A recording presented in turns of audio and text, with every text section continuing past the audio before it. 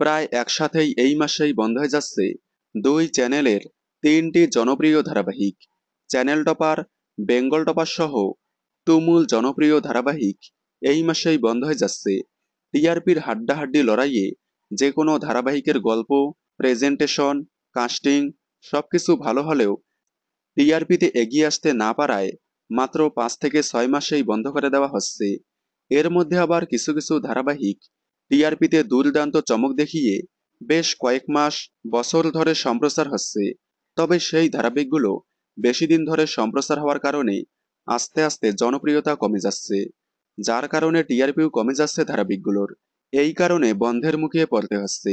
এবার সেরকমই তিনটি জনপ্রিয় ধারাবাহিক এই মাসেই বন্ধ হয়ে যাচ্ছে।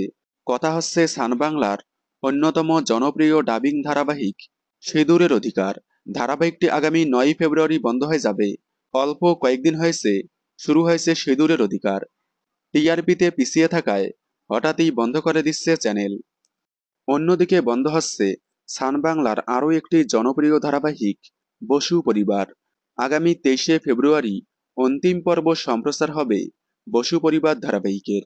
প্রসঙ্গত, এই দুইটি ধারাবাহিক বন্ধ হয়ে আসছে নতুন ধারাবাহিক ষোলকসারি এবং পুতুল টিটিপি।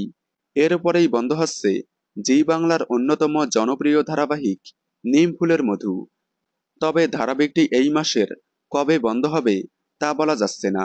তবে এই মাসের শেষের দিকেই বন্ধ হবে নিম ফুলের মধু। তাহলে এই তিনটি ধারাবাহিকের মধ্যে কোন ধারাবাহিকটিকে আপনারা বেশি মিস করবেন কমেন্টে জানাবেন।